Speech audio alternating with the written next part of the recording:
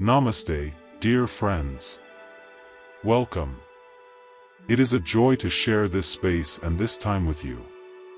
Today, we embark on a quiet exploration, a journey inward, to understand a subtle yet powerful force that often shapes our lives, sometimes without us even realizing it, the deep-seated yearning for attention.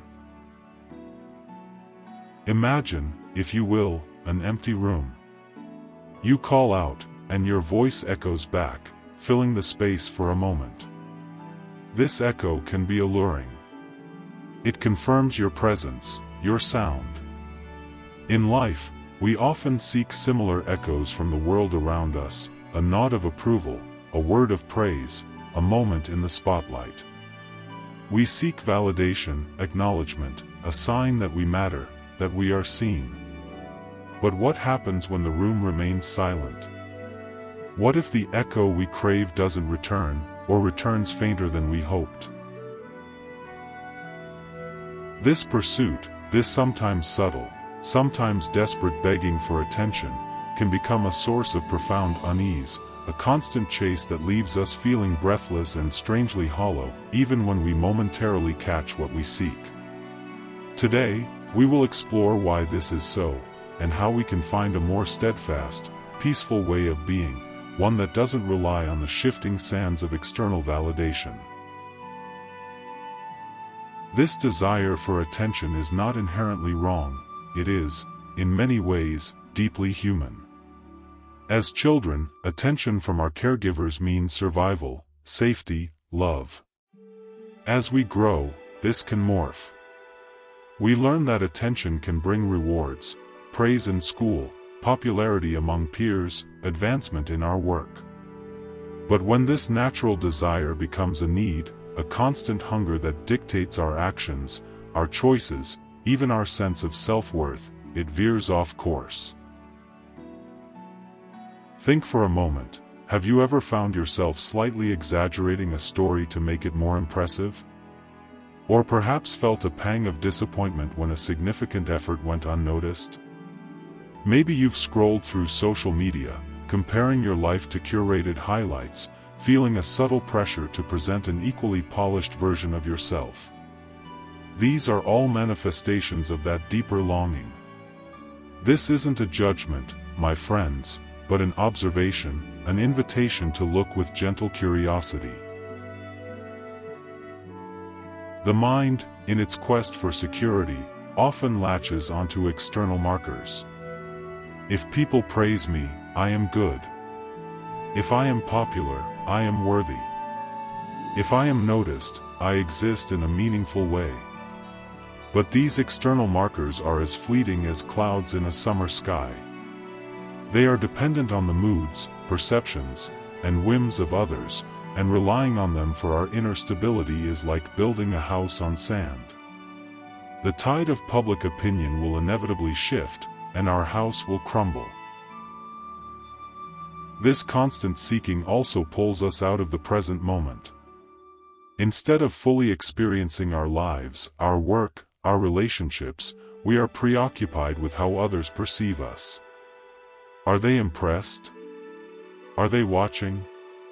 This outward focus disconnects us from our own inner compass, from the authentic joy that can arise from simply being and doing. Let me share a story with you. In a small monastery nestled high in the mountains, lived a young monk named Kenji. Kenji was diligent, intelligent, and exceptionally eager to please his master, an old, wise monk known for his profound silence as much as his teachings. Kenji would meticulously clean the temple grounds, chant the sutras with perfect enunciation, and sit in meditation for hours, often glancing subtly to see if the master noticed his efforts. He craved a word of praise, a nod of approval, anything to signify that his devotion was seen and valued. But the master remained impassive. He would offer general teachings to all the monks, his gaze sweeping over them without lingering on Kenji. Weeks turned into months, and Kenji's initial enthusiasm began to curdle into frustration, then a quiet resentment, and finally, a deep sense of inadequacy. Perhaps I am not meant for this path, he thought. Perhaps the master sees no potential in me.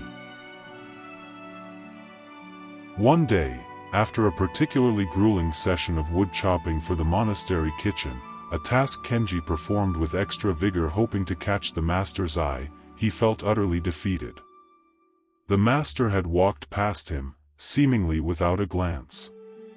That evening, during the sparse meal, Kenji couldn't bring himself to eat. His heart was heavy. After the meal, the old master approached him. Kenji's heart leaped, finally, some acknowledgement.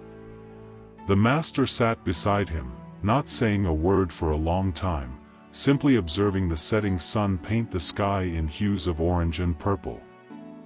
Then, he spoke, his voice as soft as the evening breeze.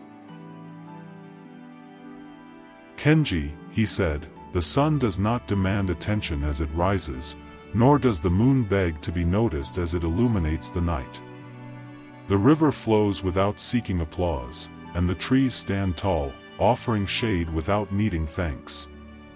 They simply are, in their fullest expression." He paused, then looked at Kenji with gentle eyes. "Your effort, your devotion, for whom is it truly? Is it for the wood, that it may warm us? Is it for the temple, that it may be a place of peace? Or is it for an echo from an old man?"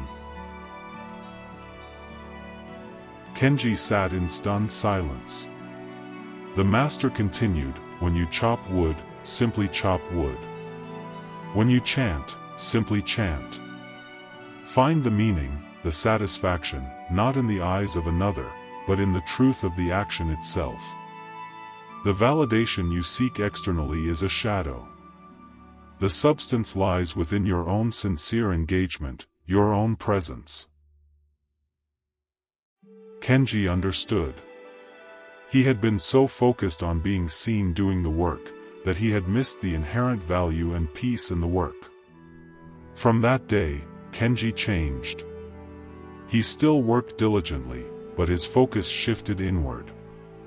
He found a quiet joy in the rhythm of his tasks, a deep peace in his meditation, not because someone might be watching, but because he was fully present, offering himself to the moment. And strangely, as he stopped seeking it, he began to feel a deeper connection to his master and the community, a connection not based on approval, but on shared presence and purpose. This story of Kenji illustrates a profound truth. The weight of expectation, especially the expectation of being noticed and approved of, can be crushing. It distorts our motivations and robs us of the simple joy of being.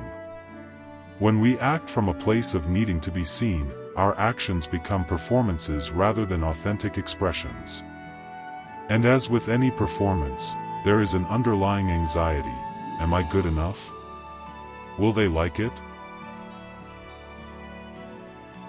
Think about an activity you genuinely love. Perhaps it's gardening, painting, playing music, or even a simple walk in nature. When you are fully absorbed in it, for its own sake, without thought of an audience, how do you feel? There is often a lightness, a flow, a sense of rightness. That is the space we are seeking to cultivate more broadly in our lives. In the Buddhist tradition, this constant craving for external validation is understood as a form of attachment, specifically attachment to the idea of a fixed, permanent self, or what we call the ego. The ego thrives on comparison, on being special, on being recognized. It tells us, I am important because people notice me, or I am lacking because I am ignored. This ego self is like a hungry ghost, never satisfied, always seeking more. The teachings on non-attachment invite us to loosen our grip on these external sources of identity and validation. This doesn't mean becoming indifferent or uncaring. Far from it. It means understanding that our true worth, our inherent Buddha nature, our capacity for wisdom and compassion, is not dependent on anything outside of us. It is already present, like a diamond hidden within rough stone. The work is not to gain approval to prove the diamond's existence, but to gently clear away the obscuring layers of craving and misidentification. One of the core teachings of the Buddha is on the nature of suffering, or dukkha. And a primary cause of suffering is tanha, which translates to craving or thirst, the thirst for pleasant experiences, the thirst to become something, the thirst to avoid unpleasantness. The thirst for attention falls squarely within this. We crave the pleasant feeling of being acknowledged. We strive to become someone who is admired. When we understand this, we can begin to observe this craving with mindfulness, without judgment. Ah, there is that feeling again, that desire to be noticed. By simply observing it, we create a space between the impulse and our reaction. In that space, we find freedom. We can choose not to feed the craving. We can choose to return our focus to our breath, to the present moment, to the task at hand, with the same sincerity Kenji learned. There is another story, a simpler one, often told to illustrate the futility of seeking lasting happiness from fleeting external sources. A woman went to the Buddha, her heart heavy with sorrow and a sense of emptiness. She felt unseen, unloved, and unfulfilled, despite having a family and a home. "Oh, blessed one," she cried, "my life feels like an empty bowl. I try to fill it with the praise of my husband, the affection of my children, the respect of my neighbors, but no matter how much they give, the bowl soon feels empty again. What am I to do?" The Buddha listened with deep compassion. When she had finished, he said gently, "Dear woman, the nature of that bowl is that it cannot be filled from the outside. You seek to pour water into a vessel that has no bottom when you rely on others to make you feel whole." The woman looked puzzled. "But how then can it be filled?" The Buddha smiled. "The true source of fullness springs from within the bowl itself. Cultivate kindness, not for reward, but for its own sake. Practice generosity, not for recognition, but because it connects you to others. Develop wisdom, not to impress, but to understand the nature of reality. Be present in each moment, for the moment itself is a gift." He continued, "When you tend to the wellspring within, the bowl begins to fill from its own source. This inner fullness is not dependent on whether others notice or not. It is steadfast, unwavering. And paradoxically, when your bowl is full from within, its radiance may naturally touch others, not because you are seeking to impress them, but because you are genuinely whole." The woman pondered his words. She realized she had been looking outward for what could only be cultivated inward. She had been begging for sips of water from others, when a perennial spring lay dormant within her own heart. This parable speaks directly to the heart of our discussion. Are we constantly holding out our empty bowl, hoping others will fill it with their attention, their praise, their validation? Or are we tending to our own inner wellspring? What does it mean to tend to this inner wellspring? It means cultivating qualities like mindfulness, compassion, gratitude, integrity, and purpose. It means finding joy in our own efforts, regardless of the outcome or the audience. It means defining our worth based on our own values and our sincere striving, not on the fluctuating opinions of the world. So, how do we practically shift our focus from seeking external validation to cultivating this inner wellspring? It is a practice, a gentle but persistent turning inward. Number 1, mindfulness, attention-seeking thoughts. Begin by noticing. When does the desire for attention arise?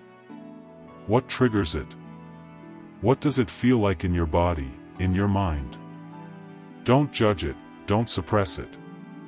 Simply acknowledge it with gentle awareness, like noticing a cloud passing in the sky. Ah, there is the thought, I hope they notice my hard work. Just see it.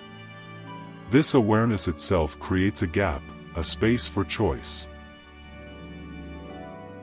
Number 2, cultivate self-compassion. Often, the need for external validation comes from a harsh inner critic. We seek praise from others because we don't offer it to ourselves.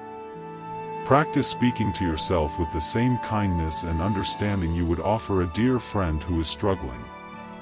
Acknowledge your efforts, forgive your perceived shortcomings. You are worthy of your own kindness. Number 3, focus on intrinsic motivation, the joy of doing. Reconnect with why you do what you do. If it's your work, find the aspects that genuinely engage you, the contribution you make, the skill you are honing. If it's a hobby, immerse yourself in the process. The joy found in the activity itself is a powerful antidote to needing external applause. Like Kenji chopping wood, simply chop wood. Number 4, practice gratitude for what is. Shift your focus from what you lack, like attention, to what you have.